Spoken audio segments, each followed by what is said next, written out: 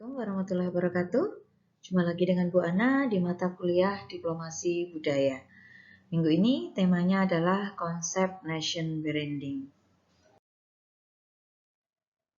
Nah, apa itu nation branding? Jadi nation branding adalah sebuah studi yang sangat menarik dan baru ya terkait dengan seberapa besar dampak sebuah produk yang diperdagangkan antar negara pada suatu dekade tertentu bagi image sebuah negara.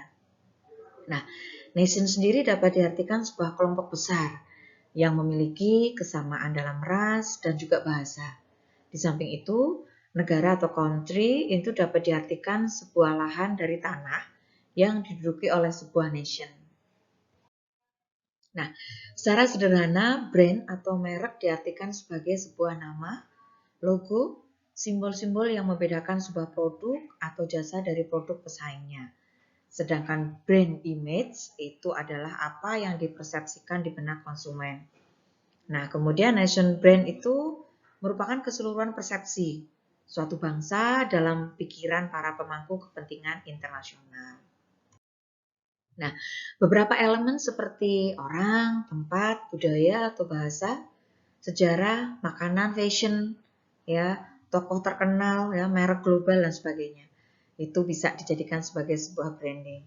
Nah, dengan demikian, ada atau tanpa upaya untuk membangun nation brand, setiap negara memiliki kesan atau image di benak pikiran audiens internasional, mulai dari kesan lemah, jelas, ataupun tersamar.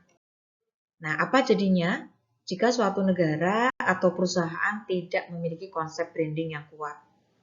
Nah, diibaratkan sebagai proses berjualan. Suatu produk atau jasa sulit dikenal oleh masyarakat jika branding itu gagal diterima.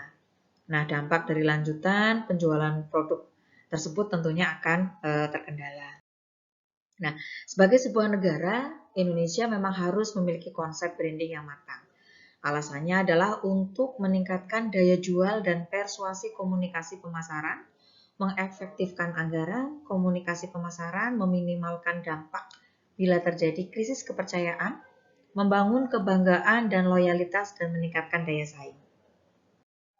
Nah, untuk membangun branding yang kuat diperlukan beberapa langkah strategis, antara lain komitmen, kebersamaan, ya, kemudian perumusan strategi, program-program pengembangan merek, kecukupan anggaran, serta konsistensi dari sikap, pandangan, dan langkah dari pengembangan merek tersebut.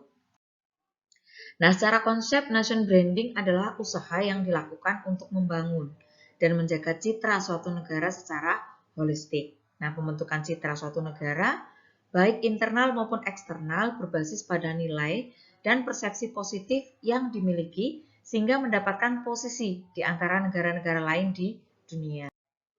Nah, jika kita menempatkannya dalam konteks bangsa, branding nasional adalah tentang menjanjikan, yang menawarkan bangsa akan menciptakan dan memberikan tingkat kinerja tertentu.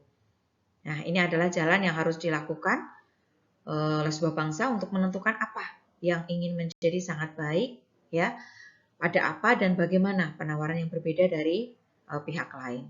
Nah, dalam kasus branding nasional untuk Indonesia, pemerintah perlu menentukan apa yang diinginkan untuk menjadi Indonesia yang sangat baik dan apa yang kita tidak harapkan sebagai bangsa Indonesia. Nah, terlepas apa jenis brand nasional, bahwa pemerintah akan mempromosikan kendala-kendala dan persepsi yang buruk harus diubah ataupun dihapus. Nah, pertama dan terpenting, kita perlu mengubah karakter bangsa kita dan para pejabat pemerintah.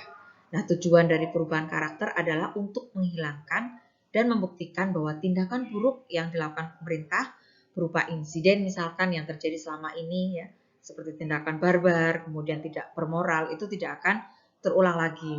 Kemudian korupsi akan diperlakukan sebagai ya seorang kafir begitulah ya, dan Indonesia akan lebih moderat dan siap untuk bekerja sama dengan masyarakat internasional. Ya, jadi pembentukan citra atau image yang baik itu penting. Kemudian yang kedua, untuk memenuhi brand baru nasional kita, segala lapisan masyarakat ya, dari mulai pemerintahan, pengusaha dan juga masyarakat perlu dilatih sesuai dengan pesan dalam branding nasional yang baru. Jadi tidak akan menjadi mungkin untuk mempromosikan merek nasional baru tanpa didukung oleh perilaku baru Indonesia. Nah, dengan rencana pemerintah untuk membuat branding nasional baru akan Indonesia yang baru muncul di forum internasional. Apakah itu akan menguntungkan juga? Nah, kita akan melihat keberhasilan Thailand. Thailand merupakan salah satu contoh sebuah negara yang sukses membangun nation brand atau merek nasionalnya. Tidak hanya di bidang makanan seperti kare, masaman misalkan, atau juga di bidang-bidang produk pertanian. Ya, konsumen buah-buahan di Indonesia itu sangat akrab dengan nama misalkan ada pepaya Bangkok, jambu Bangkok, durian Bangkok, kelengkeng Thailand, ayam Bangkok dan sebagainya. Nah, itu salah satu keberhasilan Thailand. Nah, keberhasilan Thailand dalam membangun nation brand itu tidak terlepas dari dukungan pemerintah ya secara konsisten mempromosikan produk-produk negeri gajah putih itu. Salah satunya adalah melalui program Global Thai yang sudah berlangsung sejak tahun sekitar 2000. Ya, jadi ada proses yang cukup panjang. Nah, saya ambil dari Andreas Marquez ini, seorang penulis, blogger, dan ahli nation brand. Ada beberapa pertanyaan yang bisa dijadikan panduan nih ya. Apakah suatu negara itu butuh nation branding? Nah, apabila jawabannya iya, lebih dari 5, maka negara tersebut sebenarnya membutuhkan nation branding. Nah, pertanyaan-pertanyaan itu antara lain misalkan, ya, seringkah orang menanyakan dari mana Anda berasal? Dan dilanjutkan dengan pertanyaan, wah, di mana negara Anda itu? Gitu ya. Seperti contohnya Ibu nih, pernah ya suatu saat di negeri Cina dan di sana bertemu dengan banyak dari negara-negara lain. Nah, Ibu ditanya gitu ya, ada yang tidak mengenal Indonesia ternyata. Ya, jadi mereka lebih mengenal Bali. Nah, itu contohnya. Oh, jadi Indonesia sebelah mananya Bali. Nah, ini salah satu contoh gitu ya. Ini untuk mengecek saja. Ya, tapi saya rasa Indonesia perlu ya untuk membentuk yang namanya nation branding. Nah, dari survei tahunan yang dilakukan oleh Anhalt GfK Roper Research pada tahun 2018, Indonesia berada pada posisi 43 dari total 50 negara yang disurvei. Sementara Malaysia dan Thailand berada pada posisi 34 dan 38. Nah, sebuah survei terhadap produk asuransi yang dilakukan oleh Joint Research Bangkok University atau Nanyang Technology University menemukan bahwa produk asuransi dari Indonesia dipersepsi sebagai low quality, kemudian low price, low reliability oleh responden di Thailand. Studi lain di Singapura mengenai persepsi terhadap produk dari Indonesia yaitu roti yang ada Indo-Breed-nya dan kopi atau yang ada simbol Indo Cafe juga menunjukkan bahwa produk dari Indonesia dipersepsikan masih rendah atau low dalam kaitannya dengan rasa, kemudian gengsi atau prestis, kualitas bahan baku, kualitas secara keseluruhan, keinginan membeli atau dikenal secara dekat familiarity. Nah, fakta-fakta di atas menunjukkan bahwa Indonesia perlu yang namanya nation branding.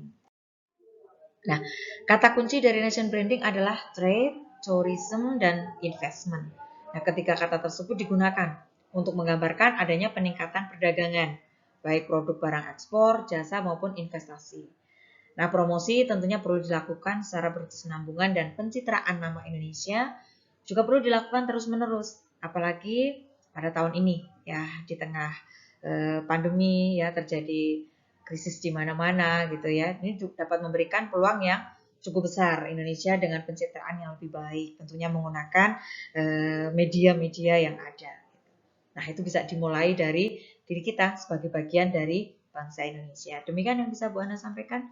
Mudah-mudahan bermanfaat. Bu Ana akhiri. Wassalamualaikum warahmatullahi wabarakatuh.